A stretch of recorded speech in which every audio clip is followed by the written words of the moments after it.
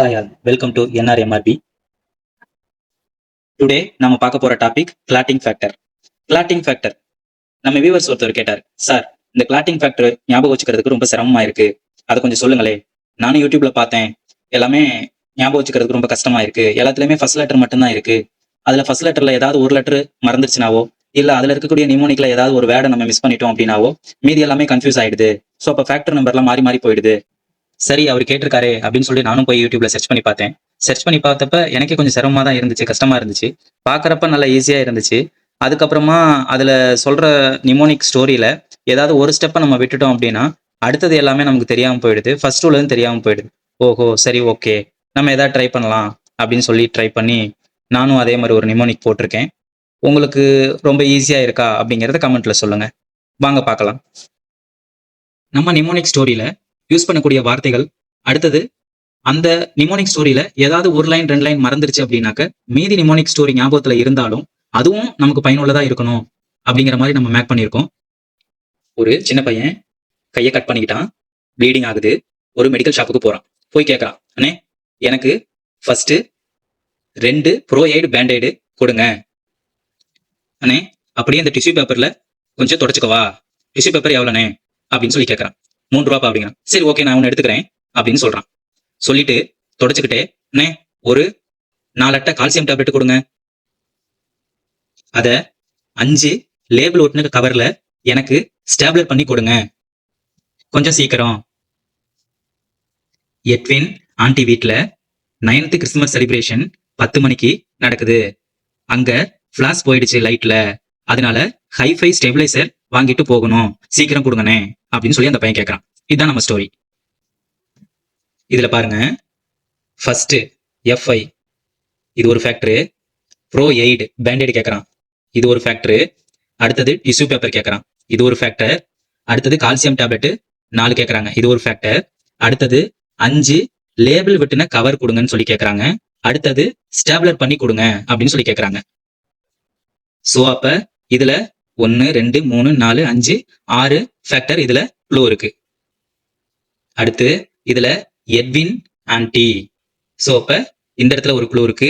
அடுத்தது 9th Christmas 10 மணிக்கு start பண்ண போறாங்க அப்படிங்கிறது இருக்கு.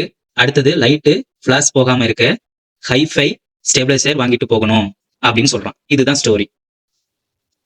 இந்த பிளாக் லெட்டர்ஸ்ல இருக்கிறது எல்லாமே ஸ்டோரியா நம்ம ஞாபகம் வச்சுக்கலாம். இதுல மேக்சிமம் நம்ம யூஸ் பண்ண வார்த்தைகள் அத்தனையும் உங்களுக்கு யூஸ்ஃபுல்லா இருக்கும். அடுத்தது ஒரு ஃபேக்டர் அது சொல்லும். வாங்க அது என்னென்ன ஃபேக்டர் அப்படிங்கிறத பார்க்கலாம்.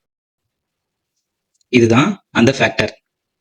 இதுல பாருங்க, ஃபர்ஸ்ட் ஃபைப்ரினோஜன், 2 ப்ரோஎய்டு பேண்டைடு கொடுங்க, ப்ரோத்ராம்பின். அடுத்து 3 ரூபா டிஷ்யூ பேப்பர் கொடுங்க, டிஷ்யூ திரம்பா பிளாஸ்டின். அடுத்தது 4 அட்டை கால்சியம் டேப்லெட் கொடுங்க. அடுத்து 5 லேபிள் ஒட்டின கவர் கொடுங்க. அடுத்து அதை ஸ்டாப்லர் பண்ணி கொடுங்க.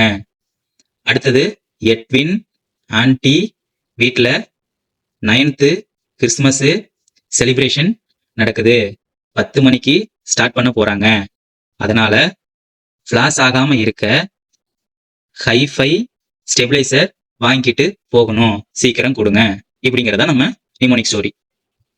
இப்ப பாருங்க, இந்த நிமோனிக் ஸ்டோரியில எந்த இடத்துல நமக்கு மறந்துட்டாலும் அது எத்தனாவது ஃபேக்டர் அப்படிங்கிறதையும் நம்மளால ஞாபகம் வச்சுக்க முடியும். அதே மாதிரி அந்த ஃபேக்டர்ல ஃபர்ஸ்ட் ஒரு வேர்டோ இல்லைன்னா ஒரு 2 லெட்டர் 3 லெட்டர் மேட்ச் ஆகிற மாதிரி நம்ம நிமோனிக் ஸ்டோரியா அமைச்சிருக்கோம். அப்ப ஃபர்ஸ்ட் அப்படின்னு வரும்போது எஃப்ஐ வந்துருச்சு, அதுலயே ஒரு விரலும் வந்துருச்சு நமக்கு, அப்ப அது ஃபர்ஸ்ட் ஃபேக்டர்னு அர்த்தம். அடுத்தது ப்ரோத்ராம்பின் 2 பேண்டேட் கேட்கறாங்க, சோ அதனால ப்ரோத்ராம்பின் செகண்ட் ஃபேக்டர் அப்படின்னு வச்சுக்கலாம். அடுத்தது டிஷ்யூ அப்படின்னு சொல்லிட்டு இருக்கக்கூடிய ஃபேக்டர் 3 rupees அப்படிங்கறனால அது தேடா வருது. அடுத்தது இதுல வெறும் கால்சியம் 4 அட்டன் இருந்துச்சு அப்படிங்கிற இந்த பிக்சர் மட்டும் ஞாபகம் வந்தா கூட 4வது ஃபேக்டர் கால்சியம்னு வச்சுக்கலாம். அடுத்தது 5 கவர் கேட்டோம், சோ 5ஆவதா வந்து நமக்கு 5 லேபிள் கவர் கேட்டோம், சோ அப்ப லேபிள் ஃபேக்டர், அதை ஸ்டாப்லர் பண்ண சொன்னோம். சோ 5 கவரை ஸ்டாப்லர் பண்ணும்போது 6வது ஸ்டாப்லர் ஆயிடுது. சாரி, அதுல 6வது ஃபேக்டர் வராது. 7வது factor stapler, stable factor. So அப்ப எட்வின் அப்படிங்கிறதுக்கு நமக்கு ஞாபகம் வந்துச்சுன்னா கூட எட்வின் ஆண்டி, எட்வின் அப்படிங்கிற பேர்லயே 8 அப்படின்னு வருது. அடுத்தது இந்த 8 ஞாபகம் வந்தாலும் ஆன்டி அப்படிங்கிறது 8 அப்படிங்கிறது நமக்கு ஈஸியா ஞாபகம் வந்துரும். அடுத்தது இதெல்லாம் ஏதாவது மறந்துட்டா இதுல எது ஞாபகத்துல இருந்தாலும் நமக்கு ரொம்ப யூஸ்ஃபுல்லா தான் இருக்கும். அடுத்தது 9th கிறிஸ்துமஸ் செலிப்ரேஷன். சோ இப்ப 9th ஃபேக்டர் வந்து கிறிஸ்துமஸ் ஃபேக்டர். அடுத்தது 10 PM ஸ்டார்ட் பண்ண போறாங்க, அப்ப ஸ்டார்ட் ஃபேக்டர். அடுத்தது 11 ஃபிளாஸ் இருக்கு, அப்ப ஃபிளாஸ் அப்படின்னா 11 அப்படின்னு அர்த்தம். சோ அப்ப ஃபிளாஸ் ப்ரூஃப் அப்படின்னு சொல்லிட்டு இந்த ஸ்டெபிலைசர்ல போட்டிருக்கனால அது பிளாஸ்மா அப்படின்னு நம்ம ஞாபகம் வச்சுக்கணும். ஃபிளாஸ் அப்படின்னா பிளாஸ்மா அப்படின்னு ஞாபகம் வச்சுக்கணும்.